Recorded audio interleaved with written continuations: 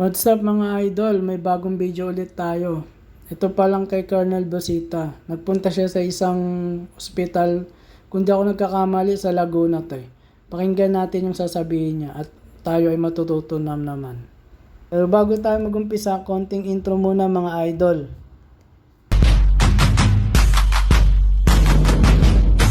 Nakita, naka-live tayo. Neng, halika. Para may makita silang maganda, naka-live ba tayo? Live na po. Halika na, papakilala kita. Panggising sa umaga. Halika, brother. Ito yung kababayan ko dito sa Santa Rosa, Brother Jerry. Yes, boss. Ano ba tawag doon? Pangit naman sabing malisyoso, no? Tinanong ko kung boyfriend niya. Ay, iling na iling siya eh. Yung bang, kumbaga sa psychologist, parang pagtitingnan mo, parang ikinakahiya. Hindi, parang ikinakahiya niya. Tingnan mo naman, gwapo naman. Parang ikinakahiya niya. Tapos sabi ko, Bro Jerry, maswerte siya, hindi na si President Digong ang nakaupo ngayon. Sabi niya, bakit sir? Tingnan mo naman yung hikaw niya, 5. No? Na-flex mo pa ako. Sa pulis kasi, ang tingin dito, drug addict eh. No? Kagandang babae. Ay, nako, Neng. Mana sa nanay. Oo, ay naman. Ito yung nanay niya. Ay, dito tayo. Sa nanay tayo. Ito talaga Tapos original. ito pala si mother, boss nung asawa nung na-aksidente. Kaya nung malaman kong boss, parang medyo na-relax ako eh. Apo. Kasi sabi ko, ito nang bala sa bill. Kapareho ka pala na iwan yung wallet. No? No? Ewan naman yung boss, oh. Oh? Pautahan mo na lang. May bag pala. Ano lang to? Parang may laman eh. No? May dala siyang makeup kit. Wala, hindi ako nagme-makeup sir eh. Natural beauty lang. Pero hanga ako sa iyo, ha. Boss ka nung asawa nung na-aksidente. Siya naman anak. Pero lilinawin ko kasi kinakahiya niya eh. Sabi niya, kaibigan, driver at the same time. O yan. Nandito na ambulance. Palagay ko, ambulance ang hospital to. Dito sa barangay. Ay, wala pong oxygen. Okay. Oxygen ang wala. Ano, mother? Sabi ni Doc, tinawagan na nila yung driver. Yung ambulance sila. May oxygen. Brother, pambira, taga Santa Rosa, inaliligaw. Nakapunta po ako sa Medical City sa may Technopark. Ikaw bagay gising. Kala ko po doon kukunin eh. Kasi Ako na, nag-mekos na. makakakala na sa Medical City. Pati niya nung ambulance mo, Medical City po. may stretcher yan. Pwede. May stretcher eh. Hindi, oxygen. Kailangan naka-oxygen eh. Hindi, wala siyang oxygen ah. May oxygen Meron ba? po. Sir, may oxygen po tayo dala, sir. Wala. Wala. Oxygen, kuya. Ay, oxygen po nga lang walang gate. Mahirap yun. Hindi rin mo. Wala pong beach ba? Wala po. Oo. Papahirin mo. Mahirap yung pag walang gauge mo. Ano? Sobrang lakas. Brother, Yung gate po kasi, pag sir, yung oxygen mo walang gauge, baka malunod ang pasyente. Ano? ito po yung gate po na ginamit nyo nung galing po sa hospital ng Binyang. Pero hanga ako sa iyo, no? Ikaw ang sa barangay. Anong pangalan mo? Reynaldo. Reynaldo Bertos. Nako, baka mamaya may pasyente uli. Kaya nga. Reynaldo ano ka? Bertos po. Reynaldo Bertos, ang dakilang driver ng barangay Dilapas, Binyan City, Laguna. Magmamarites tayo dito. Kaya parang mo muna ako yan. Sumagot ka, brother, ng totoo, ha? Na walang ano doon, yung agam-agam. Sino ang tatakbong governor sa Laguna? Si ano po? O, dalawa na lang. Si... Nako, Kalimutan. naloko na. Alam ko po si Solo at saka si ano eh. Nako, naloko na. Kalimut ko na ho. Uyat ko, boss. Madaling O sige, sino iboboto mong gobernador ng Laguna? Lalaki, babae? Babae? Bakit? Kuha nga din namin ano sa amin eh. Ng barangay captain? Si Sol. Ibig sabihin, ikaw ay nasol-solan. Ako si Manigo. No. Tanong ano nun? Ganito, ano driver si ko. Brother, ikaw ang magmamaneho ng ambulance. Nasaan ang ambulance? Kukunin ko po. Yun na lang. Ang kanya daw bobotong governor ay si Madam Sol. Sabi ko, bakit? Nasulsulan po ako.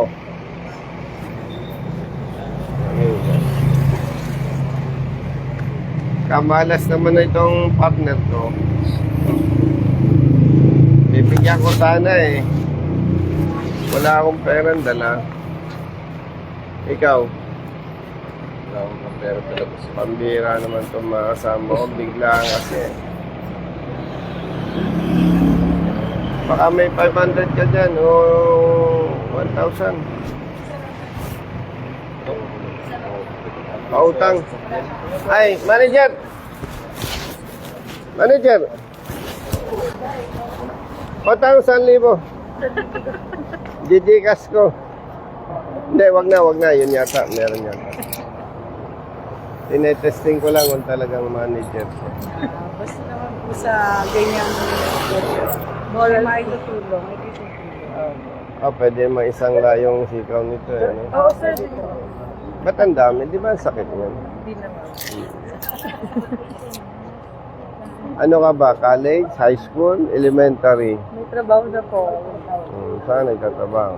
sa, ano, sa third party agency po ni Lang? Unilever. Kung mataas ang sweldo doon. Hindi po kasi kami direct to As a third party agency. agency. Ako sa medical center ako, pero ang boss ko puro opta. Ophthalmology. Ophthalmologist. Okay. Well, ophthalmology. Ilan ang anak mo, madam? 4 po, panganay ko yan. Ano yan ako? Hindi ka pwedeng ano. Ano po? Dapat good girl ka talaga. Hindi po eh. Asawa na po. Ikaw agad ang ano? Opo. Inaapo mo? 5 pa. Pero isa pala naman po yung ano. Sa kanya isa. Ito pa lang. Ay, hindi Hindi naman. ba kayo si Piboy, 5 akin. Oo nga. Isa lang, anak niya, mag-akin niya. 12 years old na. Ayaw pa sundan. Ay, Ang hirap po kasi ng buhay ko. tama ka. Ang hirap pong magpalaki. May magpalaki ano. Nagpapaaral pa din. Estudyante na ano. Estudyante na po. Kaya, May ambulance na ano. nag-wild ko sir.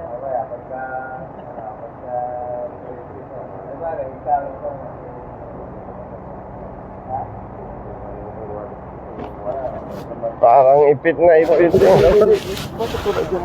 Ay ano na itong mga kasama ko. Pare-parehong walang pera. Sir, kawawa naman kami. Parang delikado si madam yan.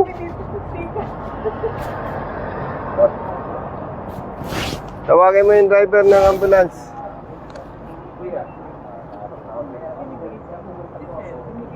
Brother! Dahil ikaw mabilis kumilos. Oh, umuwi ka na. Hindi na po magasin mo. Umuwi ka na. May ambulance yung hospital. Teka pala. Captain, misa na. Check mo nga kung okay yung ambulance. Andun na, kinuha na po. Kinukuha na, sir. Ayun ang driver, ayun yung nakaparada. O sige. Dito, sir, kinukuha yung dito nakaparado, sir. O bago ka umalis. No. Oh, very good ka. Kaya binigyan kita ng konsuelo. Bakit ba di bobo? Bakit ba ang tawag? Halika. Hindi ko rin, sir, alam. Kung alibat ko si... Paliwanag mo nga. Hindi ko rin, sir, alam kung paano yung... Bakit yung sa'yo di po ako yung natabi niya. Oh. Ikaw kasi, natuwa. Hindi, binigyan ko ng counting incentive to. Kasi natuwa ako. Madaling araw, mabilis sumagot, mabilis kumilos. Ang problema, supply. Naligaw, sir, ah. Ang alam niyo, sabi ko sa inyo, sir, critical city, alam niyo. Pero okay na rin. Parang yung pamangkin ko pag inutusan, si Bentong, pag inutusan mo yon, kunin mo ito, takbo agad yun. Tapos, balik siya. Ano nga po yun? Alam ko, kunin. Oh, parang kaparero nito eh. Pero ikaw, hindi na magbabagong isip sa iboboto. Palagay ko dahil magbabagong isip nito. Pag ako nakausap nito. Halimbawa lang, sinabi ko sa'yo, magpalit ka ng iboboto. Payag ka, hindi? Ha? Oo, pwede, ano? Oh, kilala mo ako. Anong tatakbuhin ko? Ano po? Senador. Oo. O yan.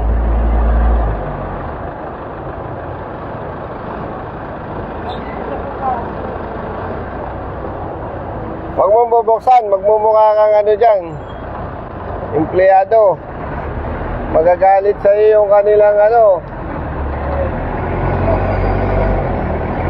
parang yung andar niya, mas maganda pa yung ambulance mo, Sir. Kulang lang sa kanya, sir, eh. Oo. Ikaw? Bakit po kaya yung ambulance na rin sir, yung mga hindi tinikitan yung ambulance niya. Ako tinikitan yung nakarang araw. Sige, ito daw, tinikita ng MMDA. Dalang ambulance. Bakit ka tinikitan? Nakaparada lang po tayo sa kaso yung susunduin ko po yung pasyente ko sa sabi niyo. Bumaba lang po ako kasi maglulot ako tatawagan. Pagbalik ko po ng mga hindi, may ticket na po yun. Ako, naloko na. Halika, Kap. Ikaw, pulis. Yes, sir. Sige. Huwag mong gagayahin yung MMDA, ha? Gamitin ang kokote, ha? Yes, sir. Sabi niya, yung ambulance na pinarada niya Central Bank, at siya ay nag-load nag-load po ako nung tatawagan. dahil tatawagan yung pasyente. Susunduin ko po ang pasyente. Oo. Brother, tumigil siya yung ambulance at bumili ng load. Nagpa-load. Nagpa-load po ako. Tatawagan yung sa parte ng pasyente na kanyang pipick-upin. Tinikitan ka ng MMDA ng illegal parking. Illegal Obstruction. Illegal po eh. Obstruction. Ang 2,000 po ang tubos eh, nakalagay. Ba't hindi ka tumawag sa akin? Hindi ko po alam number yun. Nako, may nakasama rin kasi. Captain, ano nga? Misana. Pag police, public servant. Dapat nag-iisip. Katulad niya, pumarada. Kasi kailangan mag-load ng cellphone. Tatawagan yung kapamilya ng pasyente, at susunduin. Dapat kung may kokote ka na ginagamit mo, kakausapin mo. Sir, driver, ba't ka ba tumigil dyan? Sir, mag-load ako gawa nung tatawagan ko yung pipick upin, yung sa pasyente. Pwede ka naman magbigay ng consideration, Pasensya ka na. Naman po, tinanong ko po yung, sir, bakit naman niyo ako tinagitan? Nag-load lang ho ako ng ano. Sabi niya, hindi. Talagang gano'n, bawal talaga dito pumarada. Sa tingit lang naman ho, nag-load lang ako para tatawagan. Di ba? Consideration na. Kaya doon sa mga kababayan nating polis, mag-isip, huwag yung tira ng tira, ano? Di ba?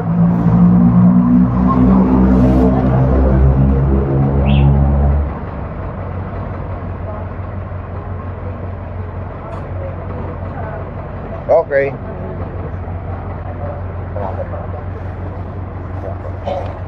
Hawakan mo. Brother, pwede ka nang umuwi. Salamat. Basta halika. Halika muna. Sino iboboto mong governor? Ay po. Talagang hanga ako dito. Hindi. Sige na nga. Sino iboboto mong senador? Ano po? Sino? Congressman Busita. Tingin mo ba mananalo tayo? Sana po, manalo po. Huwag kang tumawa. Nakakaduda yung... Sige na. May pa, sir. Pag may problema, tumawag sa opisina. Sino nagbayad ng 2,000? Wala pa po, nasa akin po po, hindi pa po yung hindi na po. Hindi mo pa natubos? Nung isang araw lang. Kailan ka ba nahuli? Nung Lunes po. Ganito, pag pumunta ka ng MMDA, tumawag ako sa'yo, di ba? Tumawag ka sa akin. At i-request natin. Via filter lang po yung number po. Nga pala. Kaya po hinahanap ko kanina nung... Tapos yung lisensya mo, hindi confiscated, no? Hindi po nasa akin. Paano kakatulong si Atty. Nunez, no? Ay tapos gagastos siya ng 1,000. Di parang ganun din. Di bale, magtawagan tayo. Ha? Tumawag ako sa'yo eh. Hindi po naka-save. Grabe naman. Kaya ko sa akin, alam na ni Kung yung number ko. Yeah, ito, number namin. Nandito sa sticker. Ayan. Sige. Pag nararamdaman mo tama ka, o kahit mali ka, pero hindi ka sigurado, tumawag ka sa opisina. Yan yung number ko. Po nakiusap po ka sa akin sa ano. Ay, mahirap pakiusapan ng MMDA enforcer. Hindi ko alam kung ba't sila mahirap. Bakit mahirap kausap? Sila kaya may katulad kaya nung iba na may porsyento? Parang wala naman, ano? O baka performance, ano? Sabi na yun. Kasi, ambulance eh. No? Dapat sir, yung mga ganyan. Lalo, hindi naman matagpag. Hindi, pagka kinausap mo yung driver, malalaman mo kung pwedeng pagbigyan eh. Ako hindi mahilig doon sa pagbigyan eh. Pero dapat Titingnan natin. may consideration eh, ano? Di ba? Kung pag narinig mo naman sir yung dahilan niya eh. Oo. Alam mo naman. Hindi bale. Brother, ikaw ang ilalabas na, no? O yan, hintayin lang natin. Manager! Kung kaunti, nalalabas lang po. Sige. Manager! Oh, salamat. Thank you po, sir. Magbawas ka ng hikaw, ha? Ilalagay niya po kay Percy. Oo. Percy Lapid. Percy Manoy. Ang pangalan mo, Percival. Ano yung apelyido mo? Manoy po. Manoy. Manoy. Parang fake yung apelyido niya. Taga-Marindo registration mo. Ha? Taga-Marindo rin. Ngani? Saan? Bukbok. Kapatid niya po yung... Ayan po. Yan, yan. Kapatid niya po. Manoy din. Taga Marindoque ka pala. Sa Bukbok. May kilala kang Mausar doon. Mga kapisara po namin yung Mausar. Kamag-anak ng Mausar. Sila ano po, sila Kylie, sila Batete. Kamag-anak ng Mrs. ko. Mausar. Tama? Opo, Mausar. Ayun lang yan naman. Small world. Small world. Magkapit tayo po kami sa yung Mausar. Sila ano. Sige na. Sila Batete. Oo. Pero boss mo ito. Hindi ko. Ano ba ito po, boss? Siya lang. Ako po. Ikaw pa lang, boss. Sino ba talaga? Driver po yan, kapatid ko na. Dito, amo na. Yung amo. Yung kapatid, di naman talaga yung hapon. Nagtatrabaho po sa... Sige na. Ko po ang kayo. Sige po, sir. Sige na, pero next time, huwag mo naman ikahiya ito. Ay, thank you, sir. Ikaw talaga, sir. Huwag mo naman ikahiya. Oo. Sir, pero... Picture Sige. siya. Picture daw, sir. Sure. Malapit na nagwapo.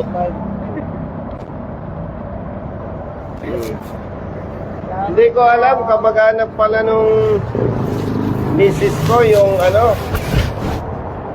yung asawa ng naaksidente. No? Okay. Pero hindi ko alam, ngayon ko lang nalaman. No? Pero ito, halika. Halika! Pakilala kita. Sir, may bayad din. Ito yung ating kababayan dito sa Santa Rosa, Binyan. Santa Rosa City. No? Mukha siyang single, pero married. Opo. May isang anak. Naku, namarites na. Bawasan mo ang iyong earrings, ha? Bakit? Good dude, yeah. Gold. Hindi ka pwedeng sa divisoria nito, no? Makasakya po. Nakaladlad na lang po yung buhok ko, sir. Oo nga. Tapos, grabe, magkano kaya ang gold nito, ano? Hindi, kaya pinapayo ko sa'yo. Captain Misana, halika. Tawag ka sa akin, ha? Captain Misana, halika. Halika, Neng. Huwag niyong mapagkamalang addict to, ha? Ang daming ito, sir. Oo, kaya sabi ko bawasan. Ha? Bawasan. Grabe no. Bawasan. Nagmumukhang... Gramo-gramo din yan, sir. Hindi, nagmumukhang... Hindi maganda sa atin. Ang impression, addict, di ba? Grabe ka naman, sir. Mukha siyang addict, eh, ano? Oh! Addict. Naniniwala ba, sir? Hindi, mukhang addict sa gold. Oo, sir. Oo. Di ba? Medyo lang naman. Sige. Thank you po. Nasaan na? Naisakay na ba? Hindi pa, sir. Hindi pa, sir. Ay, sige. Hintayin natin.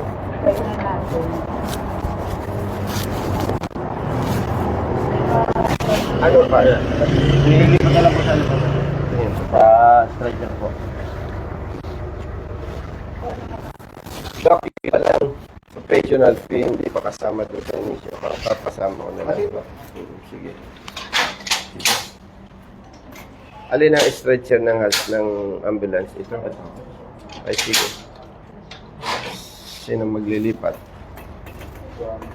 Dandahan. Okay, buksan.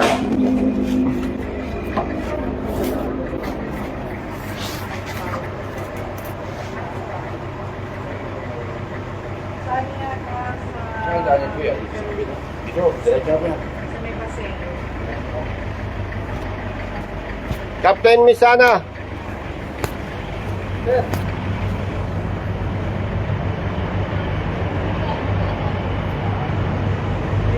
Sinong COP mo? Yung Lieutenant Colonel Benson Pimentel, sir. Sino yung COP nung nag-checkpoint na motor lang ang pinaparang? Parang kay Sir Ponte, sir. Sir Ponte, ano? Pinalitan na. Halika, bro. Sir.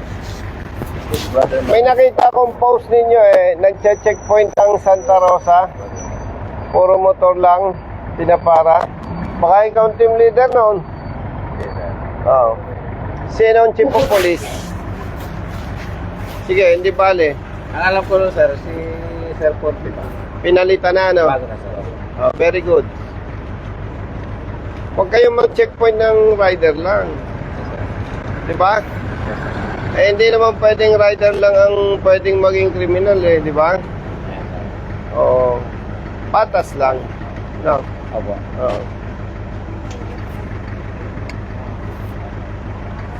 Brother Jerry, napalitan na yung chief of police.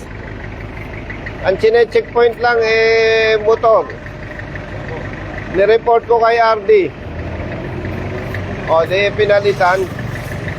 Kaya doon sa mga chief of police na gustong magpa-relieve, subukan nyo, i-checkpoint nyo, riders lang. Talagang i-report ko kayo. Mali yun eh. Hindi naman pwedeng riders lang yung maging criminal. Yung kinukinong siya po, doon ikakarga sa 4-wheel yun eh. So, sa mga kapatid nating pulis ha, patas lang. Wala tayong pag-uusapan. No, huwag ganun. Parang naaabuso ang mga riders eh, kung riders lang ang inyong sine-checkpoint. Kung takot kayo sa 4-wheel, huwag na lang kayo mag-checkpoint. Brother, Sir.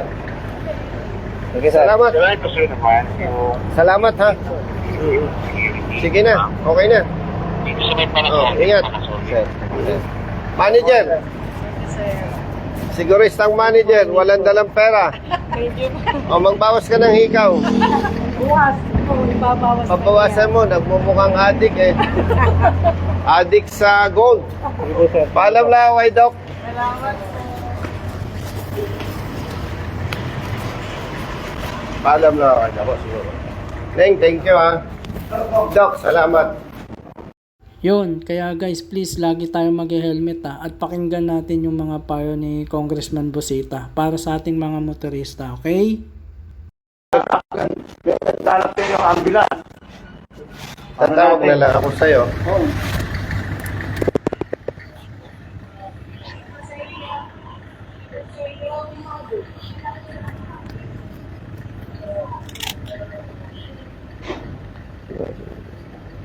Kung may mga kailangan sa element transfer, kailangan ambulance.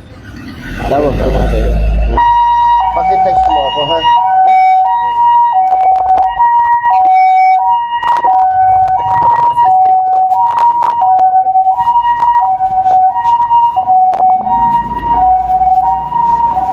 Brother, thank you.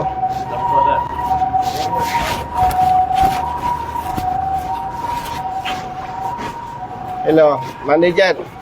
Marami po salamat sa Sige, nanay. Thank you rin Nanay. po. Ingat ka, Neng. Bawasan mo higaw mo. Seryoso ko, ha?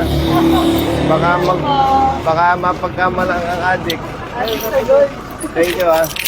Okay, ingat. Bye-bye. Ingat kayo. Brother Jerry, salamat. At gusto rin natin magpasalamat dito kay Dr. De Guzman dito sa City Medic. Sila na po ang nag-provide ng ambulance with oxygen. Yes, May kasamang nurse, wala? Dinasamahan po boss isa. At pinasamahan din po sa nurse at transfer doon sa hospital na pwedeng mag-conduct ng operation kung kailangan. So po, pagka po ang pasyente o ang biktima ng aksidente ay tumaba sa CT scan na may crack, may fracture at may bleeding, yan po ay hindi pwedeng patagalin. Kasi delikado, no? Pagka nag-accumulate o sumobra yung bleeding, maano yung oxygen do sa brain. Kaya pwedeng... So, yun lamang po. At gusto ko ipalala sa iba na mayroong batas na Republic Act number 9439 po. 9439. Hindi pwedeng ma-hold ang pasyente ng dahil lamang sa bill. Dapat ay payagang mag-promissory note, no? Sa gabihin, mangako na magbabayad. Yes po. At syempre, dapat namang magbayad talaga. Pero hindi pwedeng maging dahilan ang bill para ma-hold ang pasyente. And dito po at kanina, ang kausap ko yung staff. Kaya sabi, ay hindi pwedeng mailabas o mailipat kung hindi settled ang bill. Hindi naman natin sinisisi dahil stop yon, sumusunod lang po. Pero nung dumating ako dito at nakausap ko si Dr. De Guzman, eh mabilis naman pong inasikaso. Medyo na-delay lang po kami. Anong ambulance galing sa Dilapas, Barangay Dilapas, Binyan City. Eh naligaw doon po sa kabilang hospital. Yes, at yun naman driver ng hospital, ipinatawag pa dahil kailangan may oxygen. At ang maganda po dito, pinasamahan nila ng nurse para matiyak na secured yung pasyente. So, yun lamang po. Maraming salamat po sa lahat ng sumusuporta sa ating advokasya. Paalala pala po sa mga kapatid nating riders. Una, every time nasasakay sa motorsiklo, may helmet sa ulo. Ikalawa, iwasan ang sobrang bilis ng pagpapatakbo, lalo na kung gabi. At sabi po nitong kapamilya, itong ating kapatid na aksidente ay nalubak. Nalubak. Siyempre, nalubak, hindi na-control yung motorsiklo, natumba. Ang problema, yung sabi noong kapatid, ang helmet, Brother Jerry, yung half face, no? So, ang possible nito, yung pagkabagsak niya. Kasi po, yung half face, yung labas ang mukha, hindi full face. Pwedeng sabing safe, pero hindi po 100% na safe kumpara doon sa full face. And napakalaga po ng helmet. Of course, kahit tayo ay may helmet sa ulo, pero kung sobrang bilis, nasa peligro din ang ating buhay. Kaya tiyakin po natin na may helmet sa ulo at maayos ang pagpapatakbo ng motorsiklo para tayo ay laging ligtas. Kausap ko po kanina si Dr. Di Guzman at sabi po niya, araw-araw may nadadalang pasyente dito. At hindi ko na itinanong, pero alam naman natin, basta aksidente sa motorsiklo, karaniwan talaga. Hindi, karaniwan talaga. Pag walang helmet, diretso sa funeraria, Kaya mapalad pa rin itong kapatid nating na aksidente sapagkat siya po ay may helmet. Medyo binigyan lang natin ng special attention kasi pag may crack sa ulo, talagang mapiligro po yan. Dapat nakatutok ang medical treatment para matiyak na safe. Especially kung may pamilya. Hindi ko naman sinasabing pag walang pamilya, okay lang, no? Pero ang ano po kasi dyan, talagang mahalaga ang buhay ng bawat Pilipino. Yan po ang nagtutulak sa atin kung bakit mayroon tayong advokasya. By the way, Marites nga pala, may lumabas po na survey. Number 2 po tayo sa senatorial candidates. Number 2 po tayo doon sa lumabas na survey. So, yun lamang po. Maraming salamat. Good morning and mabuhay tayong lahat. God bless.